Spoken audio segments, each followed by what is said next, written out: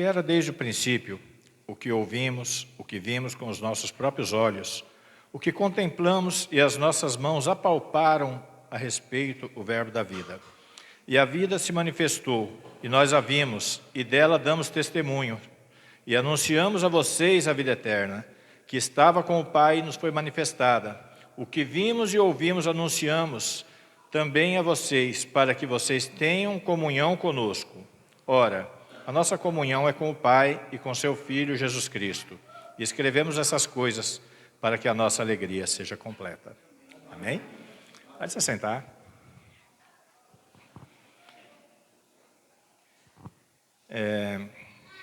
Que bom, né?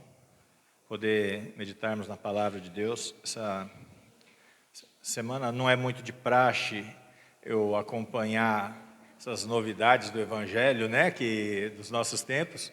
Geralmente eu me abstenho disso. Eu prefiro ouvir pregações ali que vai trazer edificação, mas de vez em quando você se depara, né, com essas aberrações, né? E meditando um pouco nisso, eu lembrei desse texto e a gente vai meditar um pouquinho. Uma das coisas que nós vemos sobressair nos escritos do apóstolo João é que ele fala muito sobre a divindade de Jesus. O apóstolo João, ele sempre faz questão de afirmar e mostrar ali a divindade de Cristo. No Evangelho de João, capítulo 1, verso 2 e 3, ele vai dizer: no princípio estava com Deus, todas as coisas foram feitas por Ele, e nada do que foi feito se fez. Ainda no Evangelho de João 1,14, ele vai dizer: aquele que é a palavra tornou-se carne e viveu entre nós. Nós vimos a sua glória, glória como do unigênito, vindo do Pai, cheio de graça e de verdade. E ainda em João 10, verso 30, Jesus ele diz: eu e o Pai somos um. João fazia questão de mostrar: Jesus Cristo é Deus. E agora, na sua carta, João ele mostra a mesma coerência para a igreja. Isso é uma coisa interessante, porque nós não temos visto tanta coerência, né, nos tempos que nós estamos vivendo, né? Ele continua reafirmando que Jesus Cristo é Deus. Ali, quando ele diz o que era desde o princípio, o que muitos dizem ser contradição na palavra de Deus, né? Nós vemos muita gente falando de contradições na Bíblia, contradições na palavra de Deus. Isso só existe na cabeça deles, porque eles distorcem a palavra de Deus conforme as suas necessidades. E quando eles querem defender uma ideia furada, então eles torcem a palavra, isolam o versículo e até fazem traduções erradas, né? Como nós vimos na pregação de domingo à noite. O pastor falando a respeito ali de uma palavra que foi traduzida de forma errada, mesmo a palavra ali escrita sendo certa, eles traduziram de forma errada para poder justificar uma doutrina que eles querem defender. Isso é um perigo muito grande. Então, quando a gente vê falar em contradições, essas contradições só existem na cabeça dos homens. Em Deus não existe contradição. A gente vai ver que os apóstolos de Cristo, eles começam escrevendo a respeito da palavra de Deus e eles terminam escrevendo a respeito da palavra de Deus, e não existe contradição na palavra de Deus. A palavra de Deus é santa e perfeita.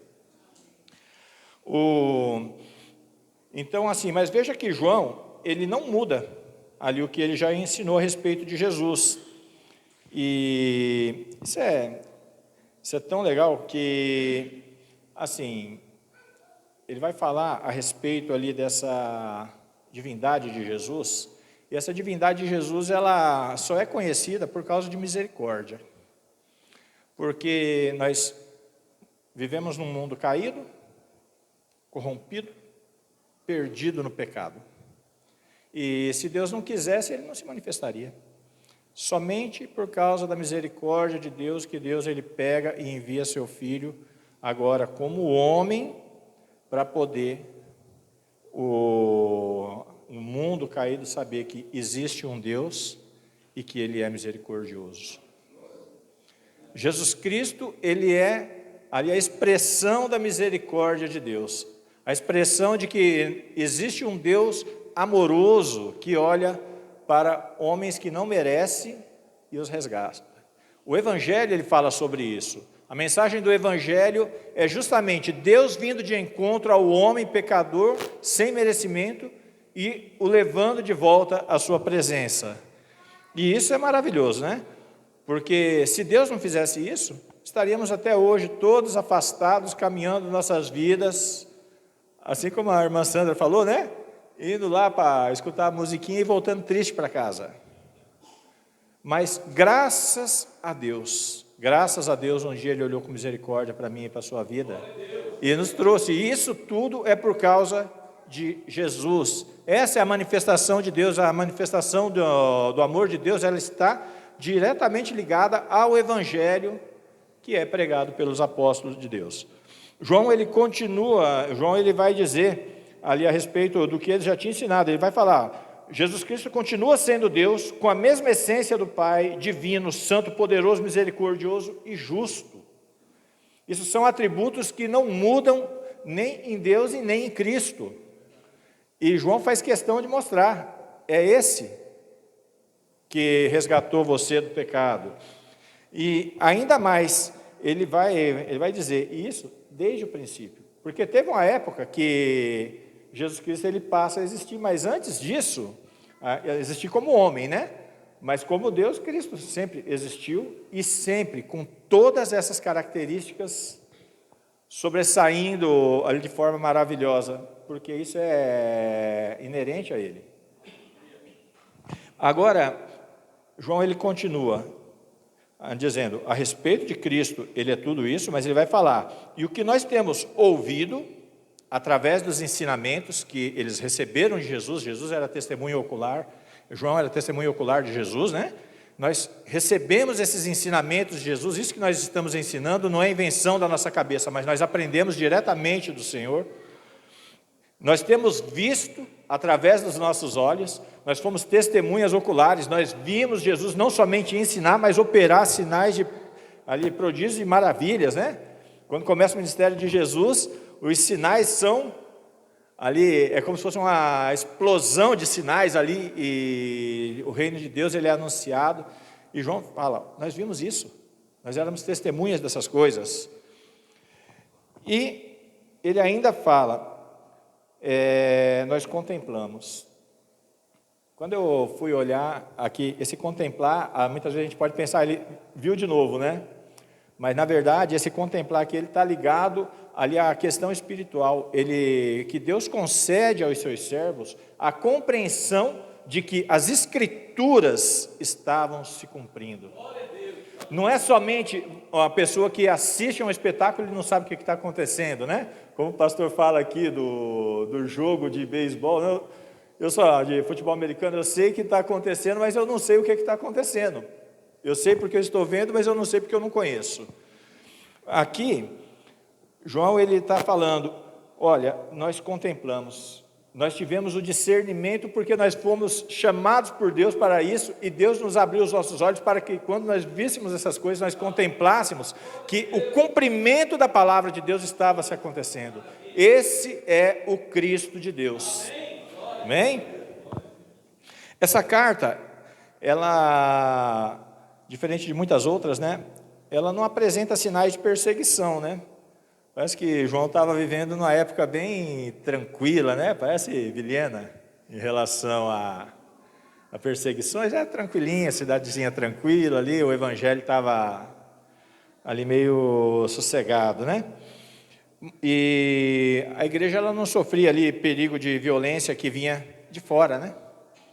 Mas nem sempre o perigo ele vem de fora, né? Acho que muitas vezes, porque geralmente nos períodos de perseguições a igreja cresceu.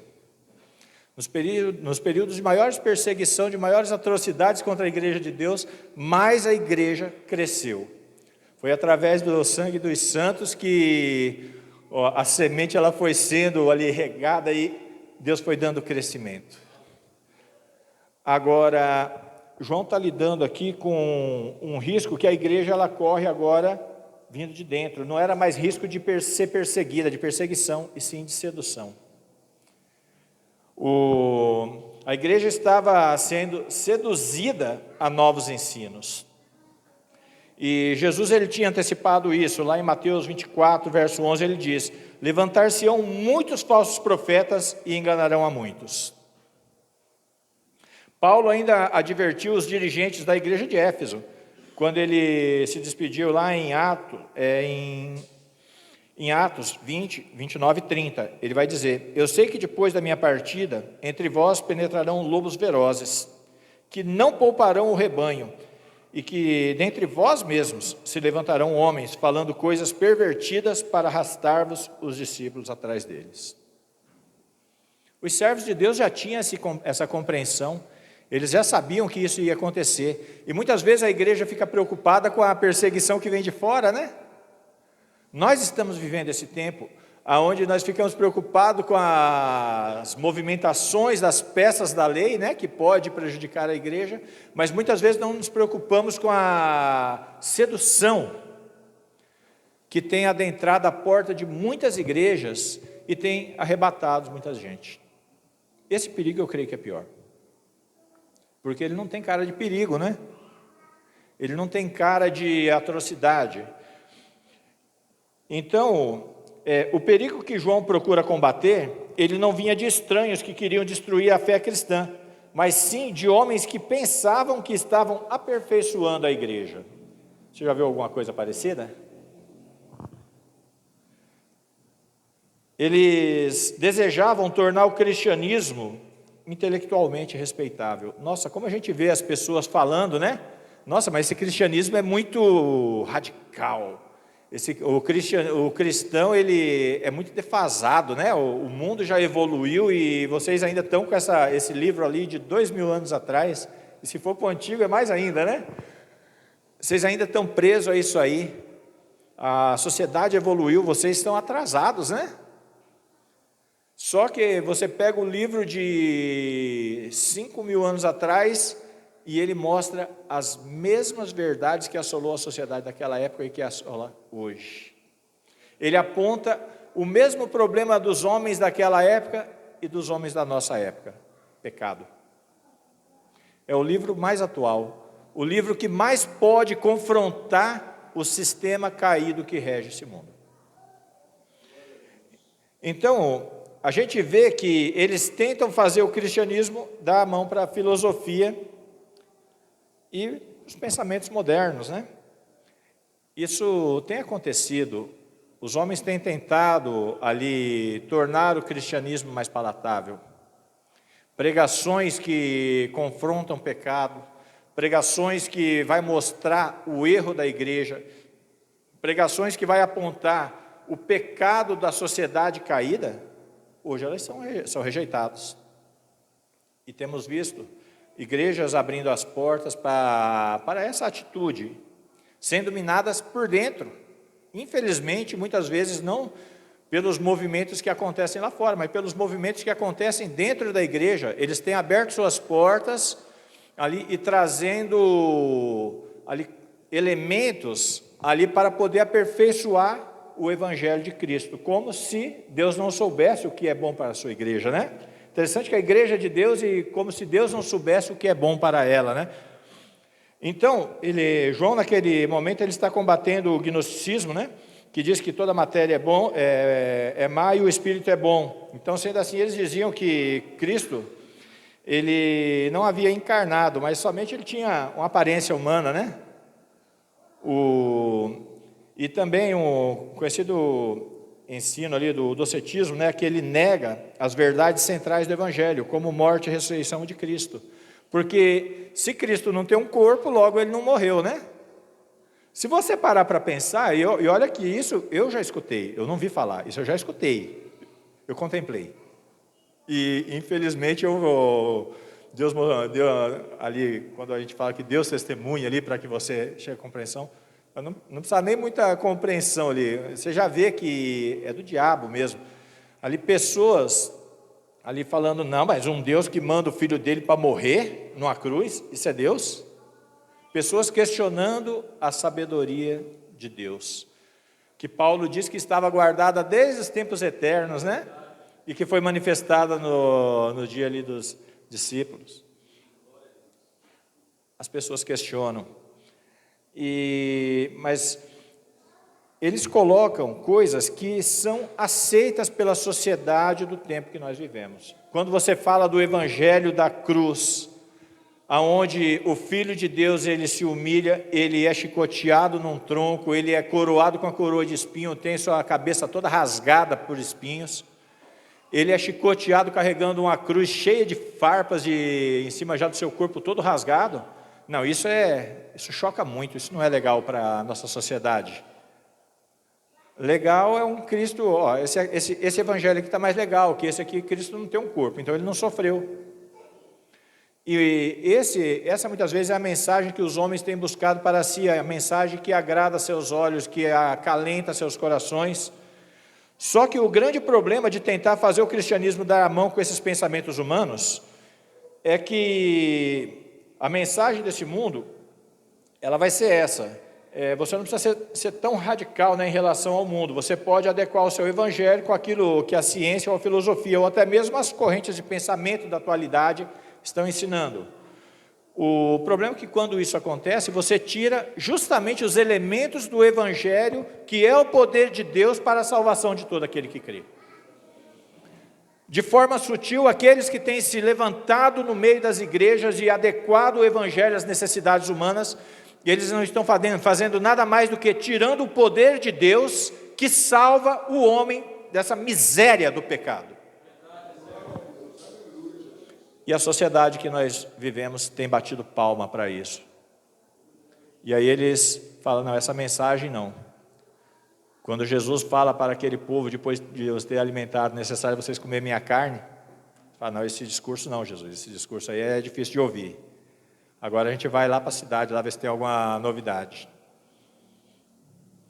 Então, não existe, como diria Salomão, né, não tem nada de novo debaixo desse céu. O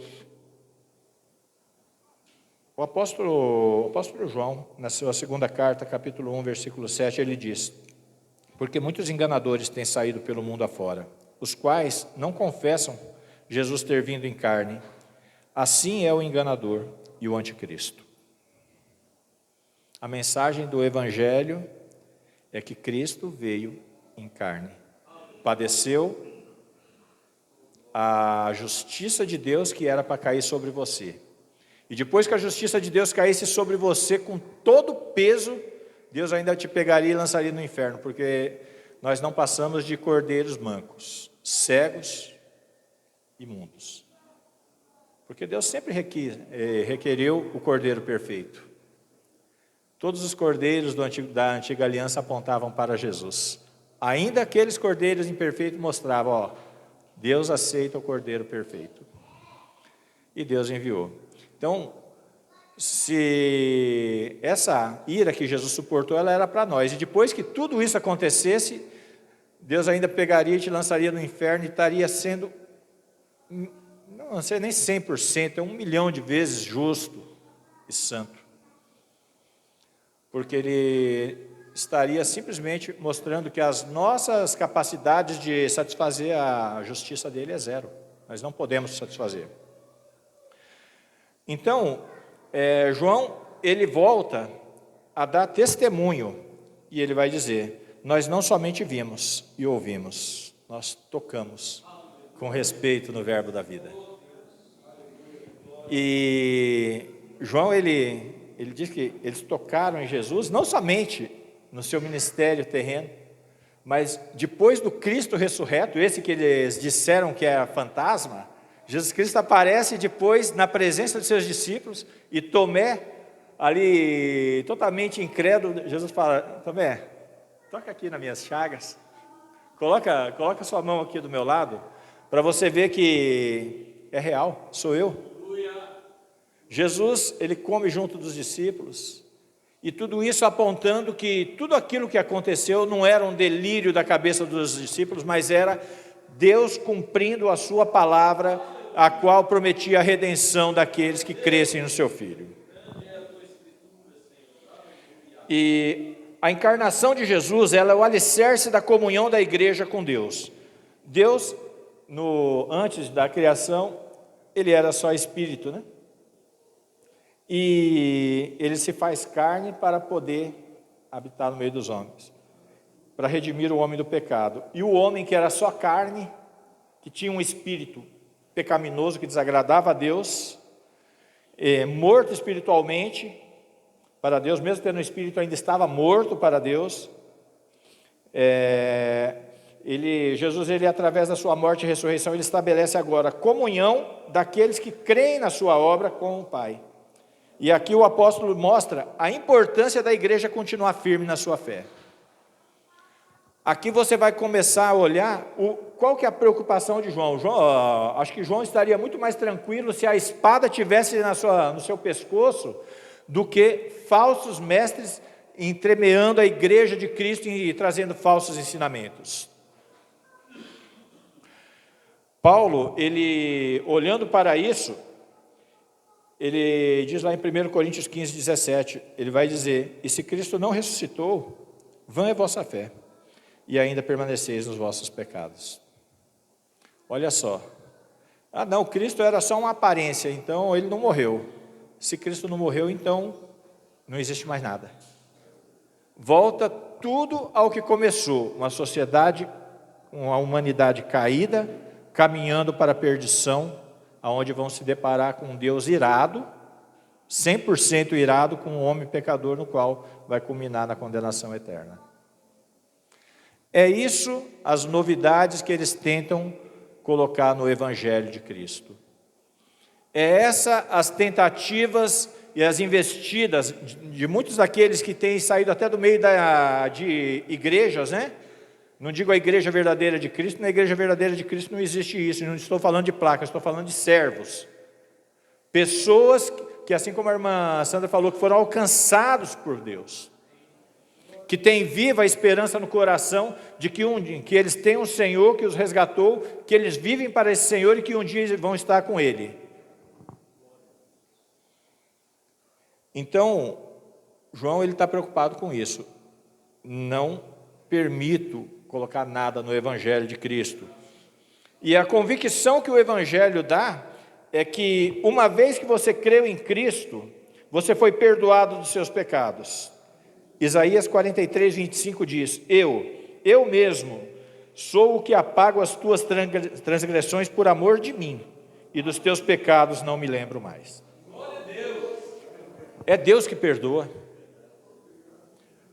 A palavra de Deus, ela diz que é Deus, que através da sua palavra, Ele nos perdoa nossos pecados.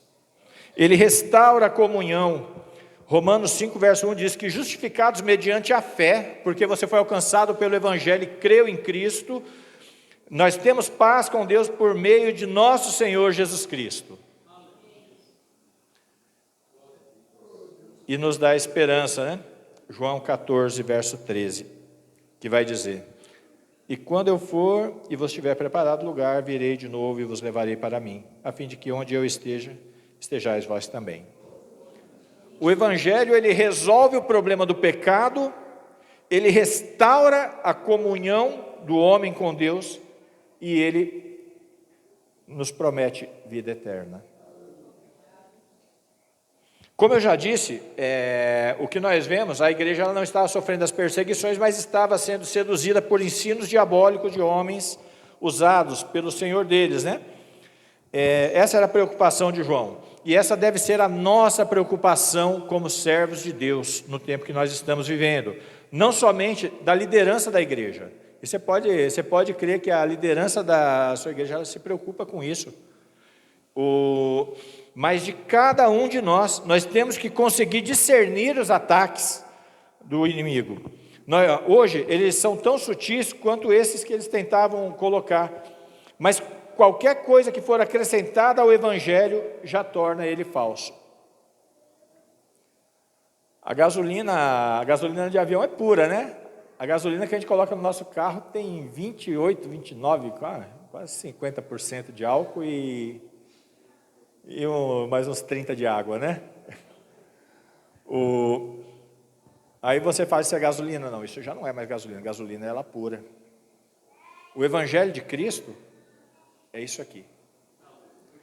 Qualquer coisa que você colocar, pregou tudo, colocou galinho de arruda atrás da orelha, não é o Evangelho de Cristo. O santinho não é o Evangelho de Cristo. Uma boa obra, gente, Deus ama boa obra. Aqui Ele prepara para você andar nela. Mas as minhas não. Então, o homem tem que estar em Cristo, e isso tudo acontece por causa do Evangelho. Então, qualquer coisa que eles tentam adequar ao Evangelho, isso corrompe o Evangelho, já não é mais o Evangelho de Cristo. E João está preocupado com isso.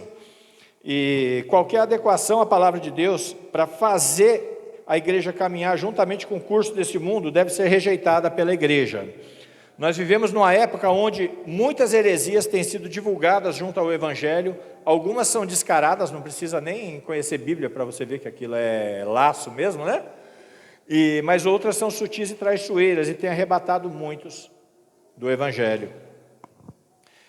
Paulo, escrevendo aos Gálatas, né? Paulo passa na igreja, ensina a igreja, e daqui a pouco Paulo ele recebe notícia: olha, a igreja lá está meia estranha, né?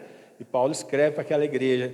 Ele fala, eu estou perplexo com o que está acontecendo. Tão depressa vocês já estão se desviando do Evangelho?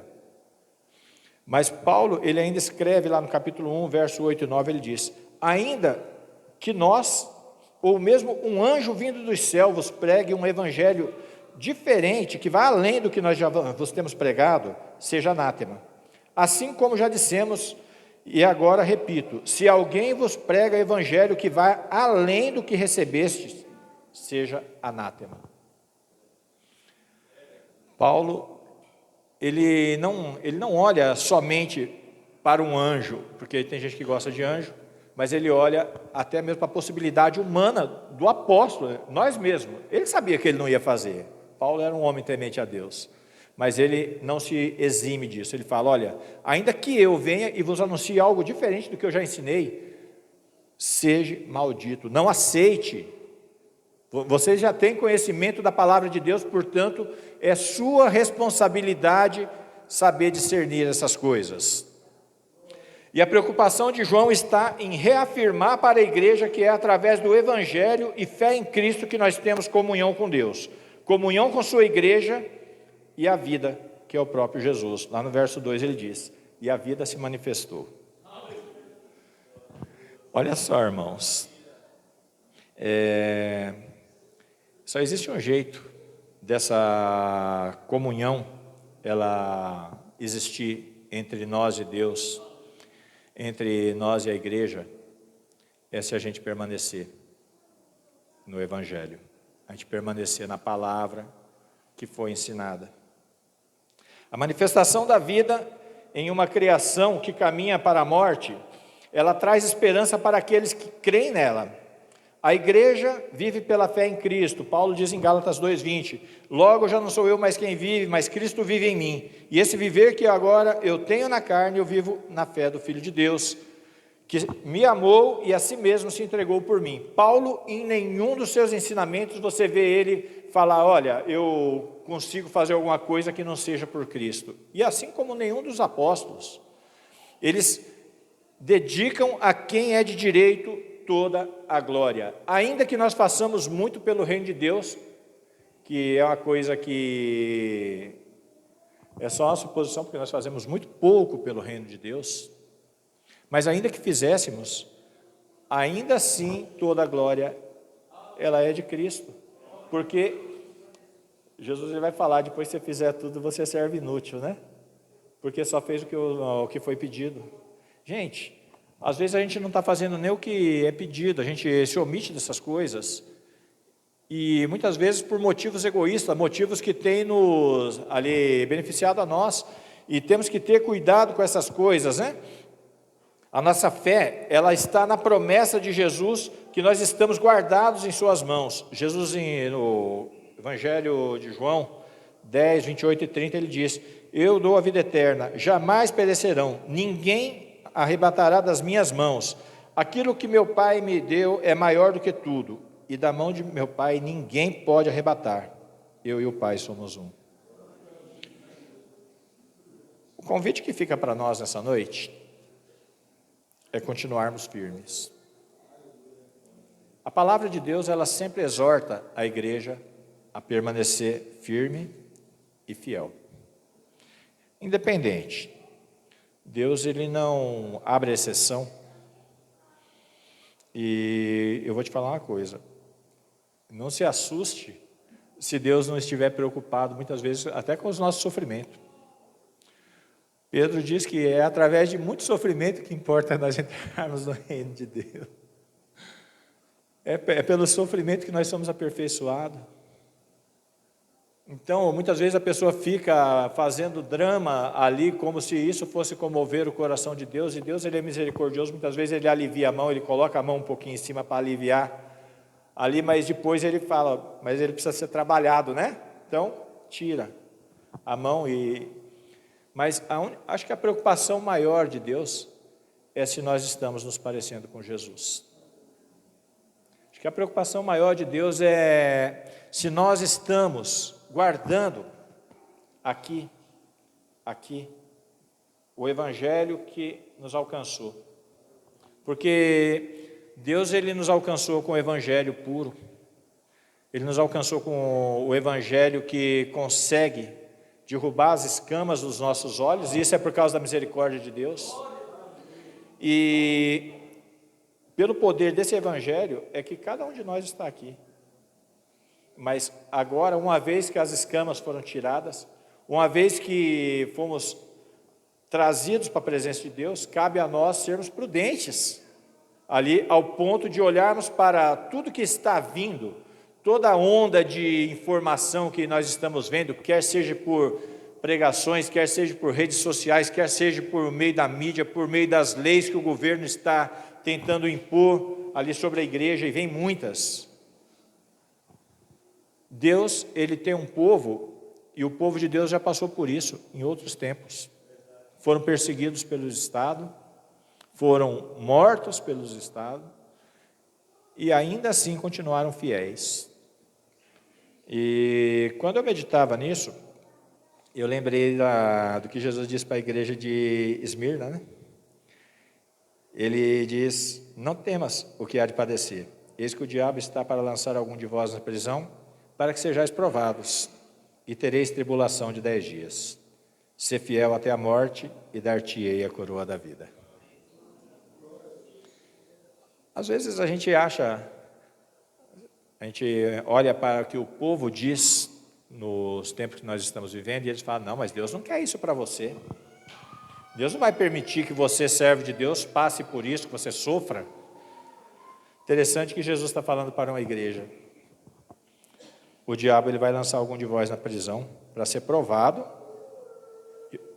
e vocês vão ter tribulação, mas sede fiéis até a morte.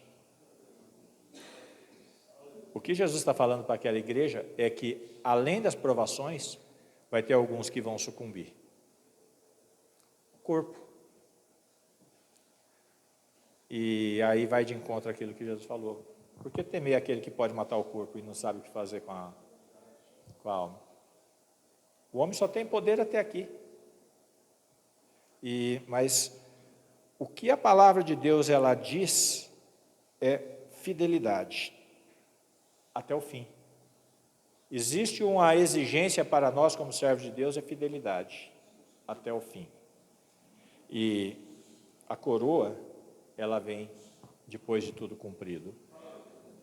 Então, você como servo de Deus, preste atenção, fique esperto com tudo que tem te rodeado, com tudo que você tem ouvido, com tudo que tem tentado minar o Evangelho. É por esse Evangelho que a comunhão ela é estabelecida com Deus.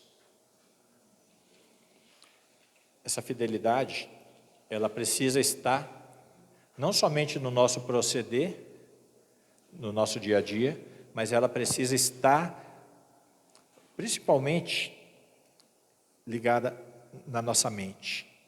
Uma mente transformada, a mente de Cristo, que não sucumbe diante das adversidades dessa vida. Amém? Que Deus nos dê misericórdia, porque nós estamos nesse contexto. E eu peço para Deus que Ele nos ajude. Eu quero orar com você.